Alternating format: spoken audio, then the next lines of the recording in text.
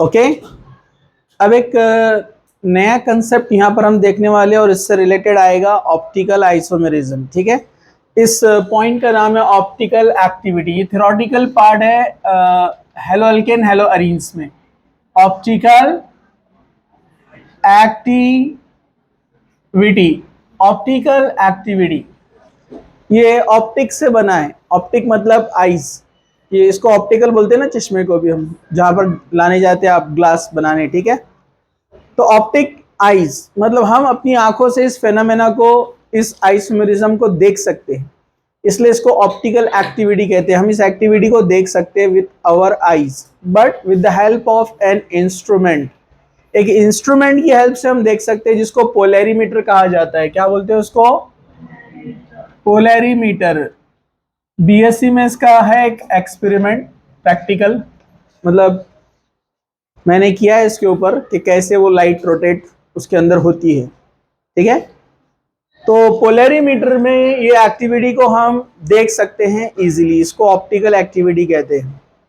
Okay, तो यहां पर पोलैरीमीटर एक इंस्ट्रूमेंट है। एक रफ डायग्राम बताता हूं मैं, दिखने में ऐसा दिखता है वो। यहां पर उसके आई साइट है जहां से आप देख सकते हैं। ओके, यहां से आप देख सकते हैं इसको, इस एक्टिविटी को, इस फेनोमेना को। ठीक है, आपकी आंख बराबर नहीं बन रही है।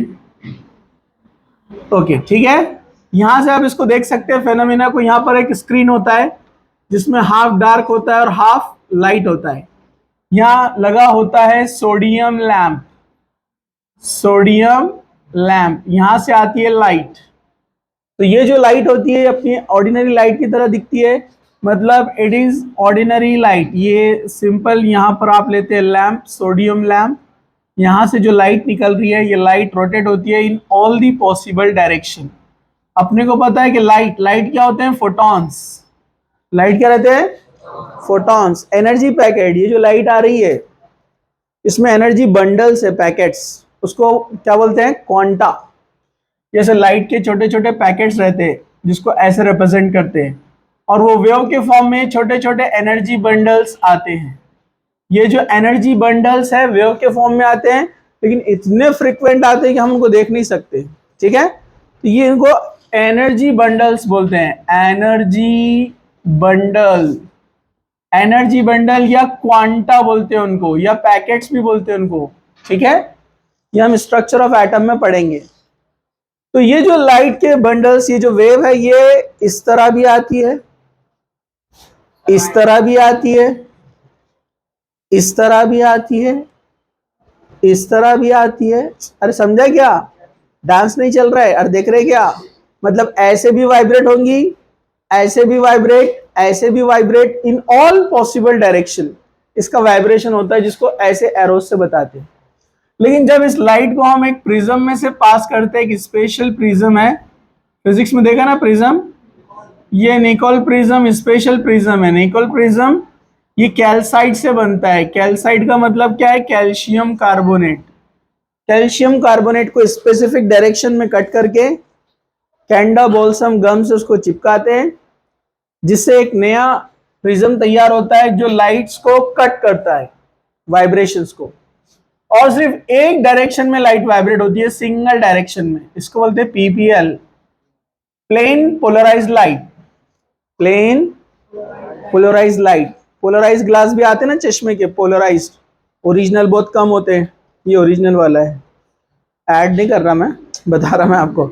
ये क्या करता है, रात में आप जो ओरिजिनल पोलराइज्ड ग्लास आप लगाएंगे और आप कार ड्राइव कर रहे हैं, तो जो सामने से रोशनी पड़ती है आप देखेंगे तो नजर नहीं आता है कुछ भी। जब आप ड्राइव कर रहे हो और दूसरी गाड़ी फोर व्हीलर बाजू से गया, तो थोड़ी देर के लिए आपको कुछ भी समझ में नहीं आता, अंदाजे पे निकालना पड़ता है गाड़ी, है ना। लेकिन ये ऐसे ग्लास रहे तो क्या होता है, वो सारे लाइट्स को कट कर देता, मतलब रोशनी आपके मुंह पे पूरी नहीं पड़ती है। ठीक है, तो ये पोलराइज्ड इसीलिए नाम रखा है। ये क्या करता है, जो दूसरे प्लेन से उनको कट कर देता है। सिंगल प्लेन में यहां पर जो लाइट वाइब्रेट होती है, इसको बोलते हैं प्लेन पोलराइज्ड लाइट। ये प्लेन पोलराइज्ड लाइट यानी सिंगल प्लेन में लाइट वाइब्रेट हो रही है, इसको हम किसी कंपाउंड में से पास करते हैं। ऑर्गेनिक कंपाउंड स्पेशली यह बात करेंगे, ये कोई ऑर्गेनिक कंपाउंड है, ये इसमें से पास होता है। जैसे ही वो ऑर्गेनिक कंपाउंड में से पास होता है तो दो रिजल्ट, या तो लाइट एज इट इज बाहर सेम प्लेन में बाहर निकलेंगी, उसको बोलते हैं optically inactive, no change in the direction, समझा आपको, उसको बोलते हैं ऑप्टिकली इनएक्टिव। लेकिन अगर लाइट इसमें जाने के बाद रोटेशन कर लेती है, एंगल चेंज करती है, अगर वो राइट में रोटेट होती है तो उसको बोलते हैं डेक्स्ट्रो, अगर वो लेफ्ट में रोटेट करती है तो उसको बोलते हैं लीवो, डी एल प्लस या माइनस। तो ये पोलैरिमीटर में यहां ऑर्डिनरी लाइट होती है, ये इंस्ट्रूमेंट के अंदर ऐसे वो ट्रैवल करके जाती है। यहां पर एक ट्यूब होता है, 10 सेंटीमीटर का एक ट्यूब होता है जिसको ऊपर से निकाल सकते हैं और फिट कर सकते हैं। इसमें फॉर एग्जांपल आपने ग्लूकोज डाला, ठीक है, 1 मोलर ग्लूकोज सोल्यूशन तैयार किया आपने। ग्लूकोज डालने के बाद ये लाइट अंदर जाती है और इसका प्लेन जो है चेंज होते जाता है, मतलब एंगल चेंज होते जाता है, और ये यहां पर आने के बाद अपने को शो करती है डार्क पोर्शन ऊपर जाता है और लाइट पोर्शन नीचे आता है। और यहां पर हम देख सकते हैं, और यहां पर उसके जो है मार्किंग होती है 0 1 2 3 एंगल्स, कितना रोटेशन हुआ हम देख सकते हैं, उसने लाइट को कितना रोटेट किया। ये लाइट पार्ट नीचे जाता है, डार्क पार्ट ऊपर जाता है। हम डायरेक्टली देख सकते हैं उसने लाइट को कितने एंगल में रोटेट किया है, इसको बोलते हैं ऑब्जर्व्ड रोटेशन। इस ऑब्जर्व्ड रोटेशन को एक फॉर्मूला में डालते हैं, आपको नहीं है वो, तो वो आता है एक्चुअल रोटेशन, ठीक है। खैर वो अभी हमारा डिस्कशन नहीं है। तो अगर लाइट को राइट में रोटेट किया तो उसको बोलते हैं डेक्स्ट्रो, और लेफ्ट में रोटेट किया तो लीवो, और ऐसे कंपाउंड्स कहलाते हैं ऑप्टिकली एक्टिव, और ये कहलाते हैं optically active compounds, optically active compounds. तो और ये एक्टिविटी को कहते हैं optical activity. So the substance which changes the angle of plane polarized light, the substance which changes the angle of plane polarized light is called optically active substance, and this phenomena is called optical activity. इसलिए glucose के डब्बे पे लिखा हुआ आता है dextrose, क्योंकि glucose light को राइट में रोटेट करता है पोलैरिमीटर में रखा तो, समझा आपको। और फ्रुक्टोज पे लिखा हुआ आता है लीवोज, क्योंकि फ्रुक्टोज लाइट को लेफ्ट में रोटेट करता है, समझा। तो ये समझ में आ गया ऑप्टिकल एक्टिविटी। और अब कौन से कंपाउंड है जो ऑप्टिकल एक्टिविटी बताते हैं वो अपने को देखना है। तो उसके लिए कंडीशन है, बेसिक्स में जाते हैं, अगर कार्बन को चारों भी सेम एटम या ग्रुप लगे हो उसको बोलते हैं सिमेट्रिकल कार्बन। ऐसे कार्बन को क्या बोलते हैं, सिमेट्रिकल कार्बन। अगर कार्बन के ये चारों एटम्स और ग्रुप में से एक भी चेंज हो जाता है तो उसको बोलते हैं अनसिमेट्रिकल कार्बन। क्या बोलते हैं उसको, अनसिमेट्रिकल कार्बन। एक या दो कितने भी चेंज हुए तो। But when all four are different, means 4 different atoms or groups are connected with carbon, it is called asymmetric carbon. क्या बोलते हैं इसको, asymmetric carbon. It is denoted by asterisk mark, asterisk mark, जिसको हम star बोलते हैं। तो star से इसको रिप्रेजेंट किया जाता है। तो ये इंपॉर्टेंट है, जिसके पास असिमेट्रिक कार्बन रहेगा वो ऑप्टिकल एक्टिविटी बताएगा। जिस कंपाउंड में असिमेट्रिक कार्बन है वही लाइट को रोटेट करने की एबिलिटी रखता है, समझा आपको। तो asymmetric carbon means carbon which is directly connected with 4 different atoms और groups, it is called asymmetric carbon. फिर ग्रीक में एक टर्म यूज होता है काइरल, काइरल एंड अकाइरल, ये दो टर्म यूज होते हैं, काइरल एंड अकाइरल। क्या होता है ये, अगर आप 2 ग्लास लेते हैं, सॉरी एक ही ग्लास लेते हैं, आप एक ग्लास लेते हैं उसको मिरर के सामने रखते हैं तो ऐसे दिखेगा, समझा आपको। अगर आप दो ग्लास लेते हैं और आमने सामने रख देते हैं तो वो दोनों की, वो एक दूसरे की क्या है, मिरर इमेज। क्या है वो, मिरर इमेज है और सुपर इंपोज है। मिरर इमेज मतलब सेम मिरर के जैसा दिखेगा, और सुपर इंपोज मतलब इस ग्लास को लाकर इस ग्लास के सामने रख दिया तो पीछे वाला छुप जाएगा ना, इसको बोलते हैं सुपर इंपोज। क्या बोलते हैं इसको? ये लोग शायद जुम्मा बाहर पढ़ के आ रहे मस्जिद में, इसलिए लेट हो गए। कहाँ गए थे आप? शाहगंज की मस्जिद में? अच्छा, जान दो, उनको जगह दे दो। हाँ, इधर देखो, चप्पल मिली आपको मस्जिद में? बहुत रहते जुम्मे के दिन, नहीं पढ़ने वाले भी नमाज पढ़ते जुम्मे को, ठीक है। जुम्मा के दिन बहुत दीनदार बन जाते लोग, अच्छी बात है। वैसे जुम्मा का एहतमाम जबरदस्त सुरमा है ना, पठानी। कॉलेज में मैं एक बार गया था जब फर्स्ट टाइम, तो एक बच्चा मेरे को मिला। जुम्मे के दिन मैं पैंट शर्ट, पठानी मुझे को ज़्यादा पसंद नहीं है, कभी कभार पहनता मैं। तो मेरे को बोला, वो तूने पठानी क्यों नहीं पहना आज? मतलब क्यों, जुम्मा है ना? बोले आज मतलब जुम्मे को पठानी पहनना पड़ता है, ऐसा कहाँ हदीस में है? बराबर है कि नहीं है? वैसा एक जोक चल रहा बड़ा मशहूर, आज तुमने बिरयानी नहीं बनाया घर पे, क्यों? तो जुम्मा है ना आज, जुम्मे को बिरयानी बनाते ना। अरे बराबर है कि नहीं है? हाँ, ओए साइलेंट, इतना अच्छा जोक बोल रहा मैं। हाँ, आगे ये जुम्मा पढ़ कर आ रहे बहुत दूर से लेडीज।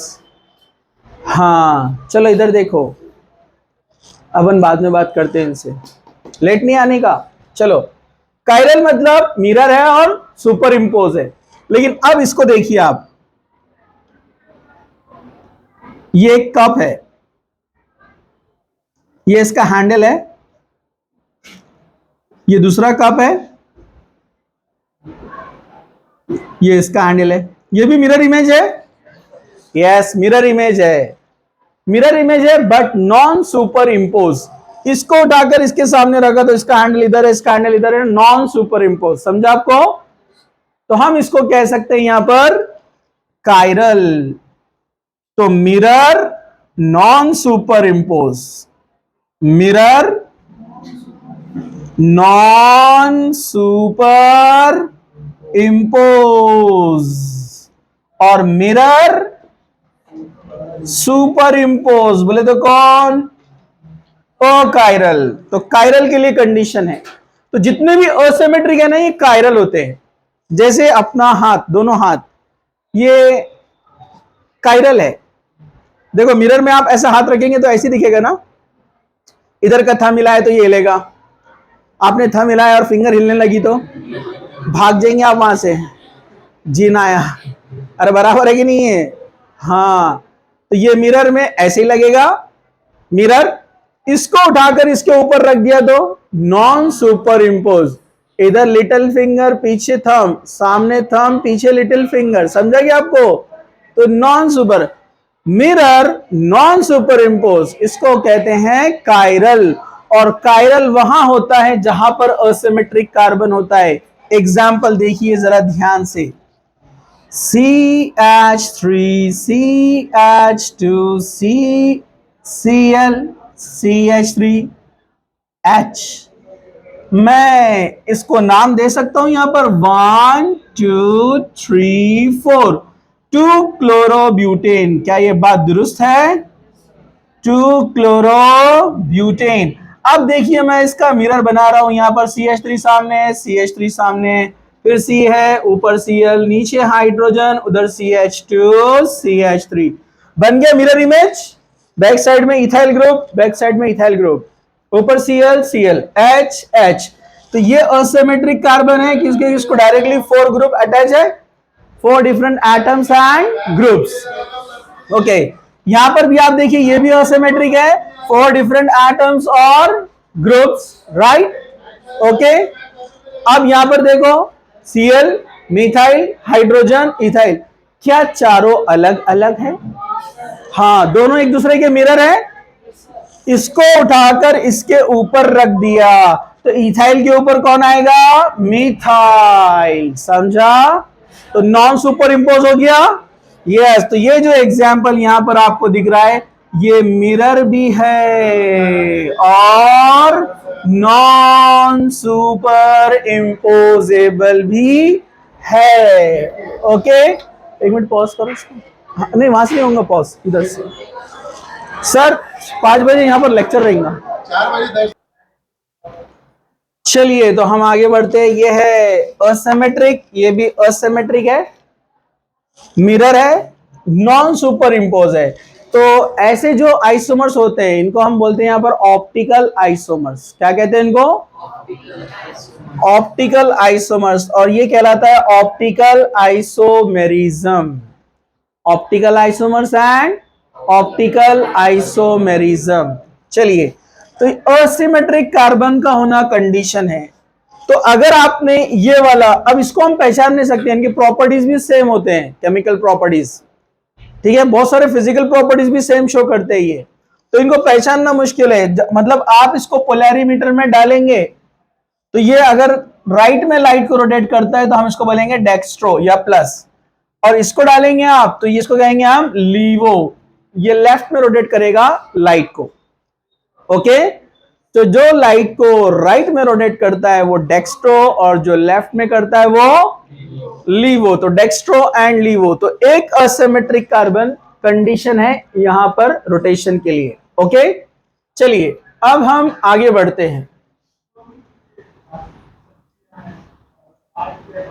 चलिए तो आगे बढ़ते हैं। नेक्स्ट, ये एग्जाम्पल एक और, एक लैक्टिक एसिड लेते हैं, CH3 C,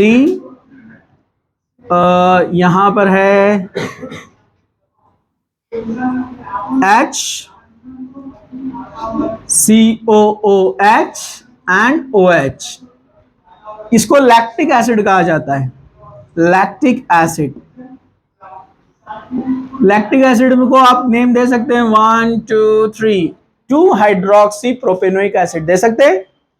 2 पर हाइड्रोक्सी ग्रुप है, 2 हाइड्रोक्सी प्रोपेनोइक एसिड। इसके पास भी असिमेट्रिक सेंटर है, आप देखिए 1 2 3 4, चारों भी अलग अलग है, ठीक है, चारों भी अलग अलग है। आप देखेंगे इसका मिरर इमेज बनता है, यस, तो आप देखेंगे मिरर इमेज बन जाएगा COOH, COH, CH3H, ठीक है, तो ये भी असिमेट्रिक सेंटर है। ओके, तो एक रोटेट करेगा राइट साइड में, उसको हम कहेंगे डेक्स्ट्रो, एक करेगा लेफ्ट में, उसको बोलते हैं लीवो, ठीक है, तो डेक्स्ट्रो एंड लीवो। ओके, हम आगे बढ़ते हैं। तो एक असिमेट्रिक सेंटर, एक से ज्यादा भी हो सकते हैं। एग्जाम्पल, अच्छा एक और एक पॉइंट मैं आपको बता दूं, अगर हमने इक्विमोलार सोल्यूशन लिया दोनों का मिक्सचर, मतलब 50% डेक्स्ट्रो लिया और 50% लीवो लिया, तो इसको कहते हैं रैसिमिक मिक्सचर। क्या बोलते हैं इसको? रैसिमिक मिक्सचर। रैसिमिक मिक्सचर का मतलब है 50% dextro plus 50% laevo. 50% dextro and 50% laevo आपने मिक्स किया, इक्विमोलार मिक्सचर बोलते हैं इसको। So this equimolar mixture, equimolar mixture of dextro and levo called racemic mixture is optically inactive। ये ऑप्टिकली क्या होता है? Inactive due to internal compensation, due to internal compensation. मतलब आपने लिया 50% डेक्स्ट्रो और 50% लीवो, दोनों को मिलाकर आपने डाल दिया पोलैरिमीटर के अंदर। अब डेक्स्ट्रो वाले की कंपाउंड सेम है, एक की एबिलिटी है कि 10 डिग्री प्लस में लेके जाएगा लाइट को, तो दूसरे की एबिलिटी है 10 डिग्री माइनस में लेके जाएगा लाइट को। तो 10 डिग्री प्लस और 10 डिग्री माइनस, तो कैंसल, 0। 10 प्लस 10 माइनस क्या हो जाएगा? 0, और 0 आ गया मतलब optically inactive, no rotation in light, light में रोटेशन नहीं होगा।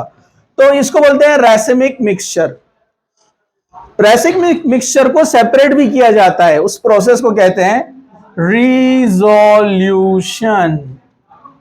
रिजोल्यूशन क्या है? Separation of racemic mixture, separation of dextro and levo from racemic mixture is called resolution. Okay, resolution में क्या किया जाता है? एक बेसिक प्रिंसिपल यूज किया जाता है, Le Chatelier's principle. Le Chatelier principle हम पढ़ेंगे आगे इक्विलिब्रिया के अंदर डिटेल में।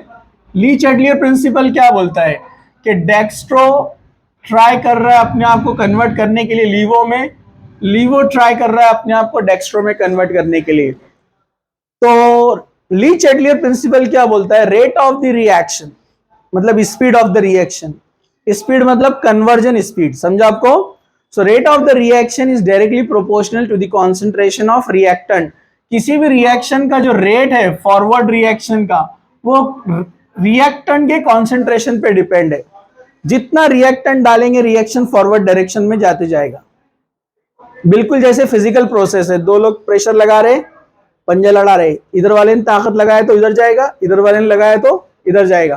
कॉन्सेंट्रेशन में भी सेम वैसे ही होता है, इधर देखो। And rate of backward reaction is directly proportional to concentration of product, मतलब इधर आने का ना तो इसका कॉन्सेंट्रेशन बढ़ाने का। तो जो रिएक्शन रिवर्सिबल होती है, what is mean by reversible reaction, short में बता देता हूं मैं आपको। जैसा फॉर एग्जांपल रिवर्सिबल रिएक्शन कभी स्टॉप नहीं होती है, नॉन स्टॉप चलते रहती है, ठीक है। जैसे इधर सिंपल एग्जांपल दे रहा हूं मैं, वैसे वो तो बहुत ज्यादा रहते हैं मॉलिक्यूल्स। 100 मॉलिक्यूल इधर है, धीरे धीरे वो बी में कन्वर्ट हो रहे, 100 ए के मॉलिक्यूल से बी बन रहे, बनते बनते बनते समझो फॉर एग्जांपल वो बन गए 40 मॉलिक्यूल बी के। लेकिन अब बी में एबिलिटी के वापस ए में कन्वर्ट हो सकता है, तो वो ट्राई करता वापस से ए बनने के लिए, तो इधर 60 इधर 40। अब दोनों में इक्वल कंपटीशन, हर रिएक्शन में नहीं होता, जो रिएक्शन रिवर्सिबल है उसमें होता है। जैसे अपना याद है आपको आयोडीनेशन ऑफ अल्केन, उसमें HI बन रहा था, तो वो रिवर्सिबल रिएक्शन है। HI ट्राई कर रहा अल्केन बनने के लिए, अल्केन ट्राई कर रहा RI बनने के लिए, समझा आपको? हर रिएक्शन में नहीं होता है, कुछ रिएक्शन में कुछ फैक्टर होते हैं, क्योंकि HI क्या था वहां पर? रिड्यूसिंग एजेंट, वो रीजन था। तो ऐसे अलग अलग रीजन से रिवर्सिबल रिएक्शन होते हैं। तो ऐसे ही कुछ रीजन है, समझो यहाँ पर ए ट्राई कर रहा बी में, बी ट्राई कर रहा है ए में, ये 60 है और ये 40 है। इसमें से 5 ए बन गए बी, तो कितने हो गए? 45। लेकिन दूसरे 5 बी आ गए इधर, फिर से हो गया बैलेंस 40, समझा? तो ये इक्विलिब्रियम इसको बोलते हैं, balancing. So this is equilibrium, continue conversion चलते रहता है एक पोजीशन पे आके, इसको इक्विलिब्रियम बोलते हैं। इसको अगर अपने को फॉरवर्ड डायरेक्शन में भेजना है तो बी का ए का कॉन्सेंट्रेशन बढ़ाओ, ऊपर से डालो तो बी बनना शुरू होगा। अगर ए चाहिए तो ऊपर से बी डालो एक्स्ट्रा, तो कॉन्सेंट्रेशन इधर, समझा आपको? तो ये ली चैटलियर प्रिंसिपल की हेल्प से हम इनको सेपरेट कर सकते हैं। जैसे अपने को रेसिमिक मिक्सचर में से एल को निकालना है, तो एक्स्ट्रा डी डालते जाओ आप इधर से, तो एल निकलते जाएगा उधर, और उसको कलेक्ट करते जाओ दूसरे, समझा आपको? बीकर वगैरह में अलग से, ठीक है। अपने को डी चाहिए तो एल डालते जाओ उसमें, तो डी बढ़ते जाएगा, प्रोडक्ट के तौर पे निकालते जाओ उसको, ठीक है। तो ये है ली चैटलियर, ये रेसिमिक मिक्सचर। लेकिन अगर किसी कंपाउंड में दो सेम एसिमेट्रिक आ जाते हैं, जैसे CH3 CCl CCl H CH3, ये असिमेट्रिक सेंटर है, ये भी असिमेट्रिक सेंटर है, इसको भी 4 लगे हुए, इसको भी 4 अलग अलग है, बराबर है। तो दो असिमेट्रिक सेंटर आ गए, तो दो एसिमेट्रिक सेंटर सेम सिमेट्रिकल जब आते हैं, आप बीच में से ब्रेक करो तो सेम है ना, तो सिमेट्रिकल दो असिमेट्रिक सेंटर जब आते हैं, एक ट्राई करता है क्लॉकवाइज रोटेट करने के लिए, दूसरा एंटी क्लॉक रोटेट करने के लिए, यानी एक डेक्स्ट्रो और एक लीवो, और कैंसल हो जाता है ये भी, क्योंकि दोनों का नेचर सेम है। ये 30% प्लस में ले जा रहा है, ये 30% माइनस में ले जा रहा है, तो कैंसल हो जाएगा, ठीक है। तो ये भी ऑप्टिकली इनएक्टिव हो गया ना, रेसिमिक मिक्सचर की तरह। या मैंने एक मिस्टेक की, आप लोगों ने देखे नहीं, एक्सटर्नली इसको क्या बोलते हैं? एक्सटर्नल कंपेंसेशन, मतलब एक्सटर्नली कैंसिल हुआ, डेक्स्ट्रो अलग है, लीवो अलग है, दोनों अलग अलग है ना, और आपने मिक्स किया है, तो एक्सटर्नली कंपेंसेट कर रहा है उसको। तो racemic mixture is optically inactive, 0, rotation. क्यों? They are compensate by external, मतलब they are externally compensate. Compensate मालूम है ना, हिट्टम फाट, हिटूस, अरे मालूम है कि नहीं है? उसने एक मारा बोले मैंने भी एक मारा, हिसाब बराबर, हिटूस, अरे बराबर है कि नहीं है? तो इसने डेक्स्ट्रो लेकर गया 10 डिग्री, इसने लीवो ले गया -10, प्लस माइनस, हिसाब बराबर, अरे समझा गया? तो इसको बोलते हैं एक्सटर्नली कंपेंसेट हुआ। कैसे कंपेंसेट हुआ? एक्सटर्नली कंपेंसेट हुआ और कैंसल हो गया। ये इंटरनली कंपेंसेट होता है। तो सेम एसिमेट्रिक सेंटर आ गया, इसको हम बोलते हैं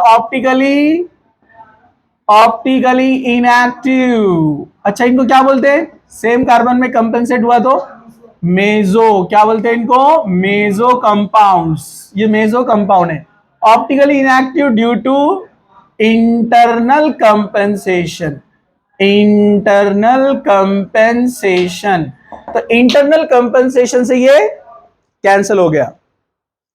ठीक है, ओके। अब हम आगे बढ़ते हैं। चलिए, अगर एसिमेट्रिक सेंटर कितने रहे तो उससे कितने आइसोमर बनते हैं?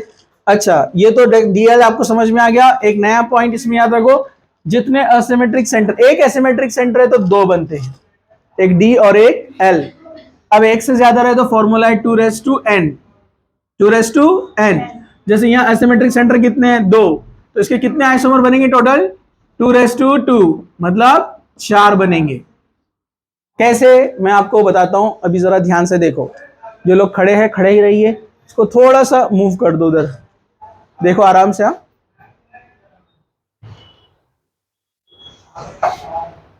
ठीक है,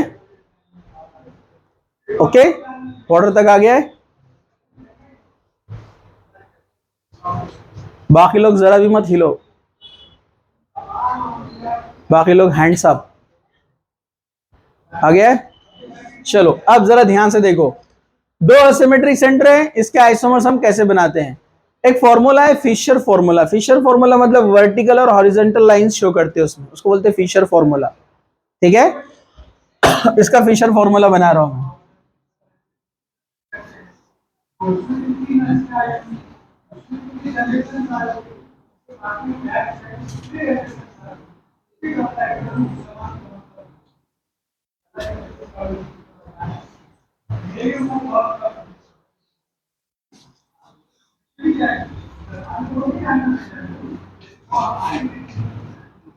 ओके, ये एक बन गया। देखो, कार्बन को शो नहीं किया फिशर स्ट्रक्चर में। इसका मिरर इमेज बनाते हैं हम, जरा ध्यान से देखो।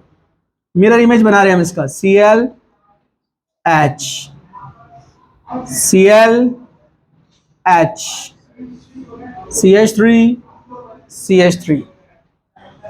ठीक है, ओके। तो ये अगर डेक्स्ट्रो है तो ये रहेगा लीवो फॉर एग्जाम्पल, लेकिन वो इंटरनली कंपेंसेट हो जाता है। अभी हम इसकी बात नहीं करते हैं, अभी हम बोलेंगे स्ट्रक्चर 1, स्ट्रक्चर 2।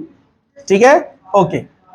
अब इसका चौथा स्ट्रक्चर कैसे बनाएंगे? तो सिंपली क्या करो, एक में आपने इसका मिरर बनाया, थर्ड में क्या करना है, नीचे वाले एक वर्टिकल लाइन को आप, सॉरी हॉरिजॉन्टल लाइन को आप फ्लिप कर दो। हॉरिजॉन्टल लाइन को क्या करना है? फ्लिप करना है। Cl इधर आ जाएगा। अब देखो इसको, CH3 Cl H, HCl, फिर उसका मिरर बना दो, बन गया स्ट्रक्चर। मिरर में उसके सामने जो है वही आएगा। Structure third, structure 4। ठीक है, ओके। स्ट्रक्चर 1 और 2 एक दूसरे के मिरर इमेज है, अरे है कि नहीं है? इसको उठा के इसके ऊपर रख दिया तो नॉन सुपर इंपोज है, क्योंकि दोनों हाइड्रोजन के ऊपर क्या आएंगे? दो Cl, मिरर भी है और सुपर इंपोज भी है। तो ये एक दूसरे के क्या हो गए? इनैंशोमर्स या ऑप्टिकल आइसोमर्स। क्या बोलते हैं उनको? Optical isomers. ऑप्टिकल आइसोमर्स को ही कहते हैं इनैंशोमर्स। मतलब आप इसको दो तरीके से बोल सकते हैं, non superimposable mirror images are optical isomers और इनैंशोमर्स। ये आप क्या बोलेंगे इसको? two or more compounds having same formula but different optical rotations. समझा आपको? Two or more compounds having same formula but different optical rotations are called optical isomers. और optical isomers ही होते हैं ना mirror non super impose, mirror non super impose, इसलिए इनको इनैंशियोमर भी कहते हैं, ऑप्टिकल आइसोमर्स भी. तो 1 and 2 are the enantiomers, optical isomers. क्या 3 और 4 है? अरे बोलो ना, है ना? अरे है कि नहीं है? 3 and 4 ऑल्सो इनैंशियोमर्स. एक नया टर्म यहां पर देखिए, diastereomers. Diastereomers, diastereomers optical isomers. क्या बोला अभी आपने? Mirror non super imposable. बरोबर. अब ये क्या होता है देखिए, मिरर, मिरर सुपर इम्पोजेबल. समझा? नहीं नहीं, ये होता है non mirror and non superimposable. Non mirror and non superimposable, they are called diastereomers. Superimposable और पहला वाला mirror and non superimpose, enantiomers. ठीक है? Non mirror non superimpose. जैसे फर्स्ट के सामने लाके खड़ा कर दो फोर्थ को, फर्स्ट के सामने फोर्थ को लाके खड़ा कर दो, मिरर बनेगा? कहां से बनेगा? अरे कहां से बनेगा? इसके सामने 2 Cl है, उसके सामने Cl और H है, नहीं बनेगा ना. Non mirror non super impose. Super impose भी नहीं है, मिरर भी नहीं है, उनको बोलते डायस्टेरोमर्स. 1 and 4, 1 and 3, 3 and 2, ये सब डायस्टेरोमर्स बनाएंगे. Non super non mirror. समझा आपको? Non mirror non superimposable, they are called diastereomers. अब एक मॉलिक्यूल हम ले रहे हैं यहां पर, ग्लूकोज. क्या लेंगे हम? ग्लूकोज. C6H12O6, ये होता है ग्लूकोज. फॉर्मूला इस तरह से, CHO, CHOH, COH, HCOH, HCOH, HC. 1 2 3 4 5 और ये 6. बताइए इसमें कितने असिमेट्रिक कार्बन है? चलो देखते हैं कौन बताता है. कितने असिमेट्रिक कार्बन है?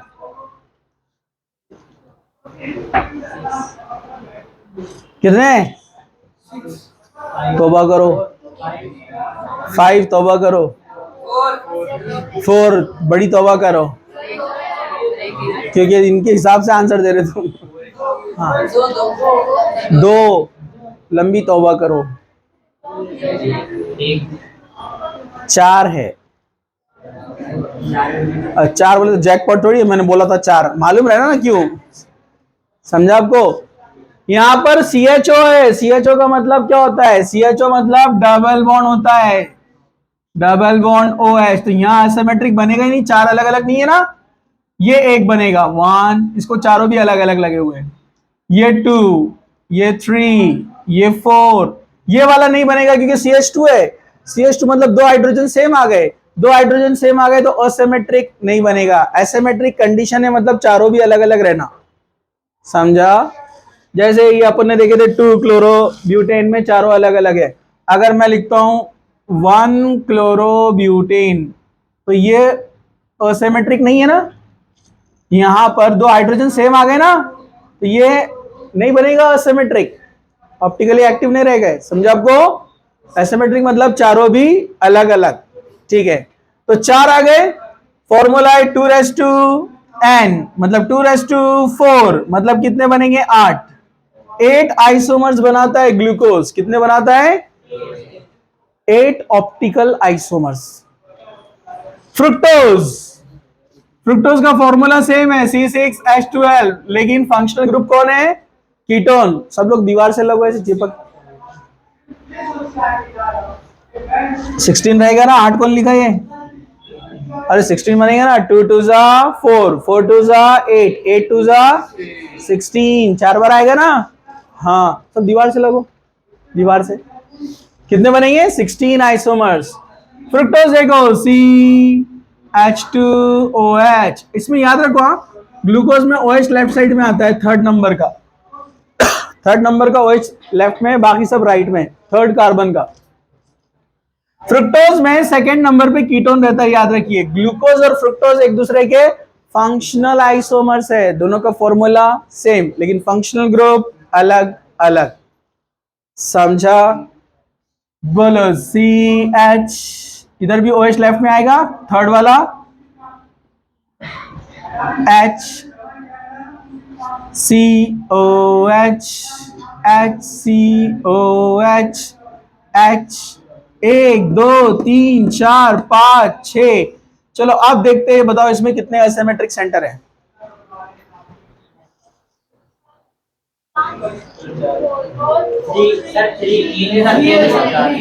सिर्फ 3 है।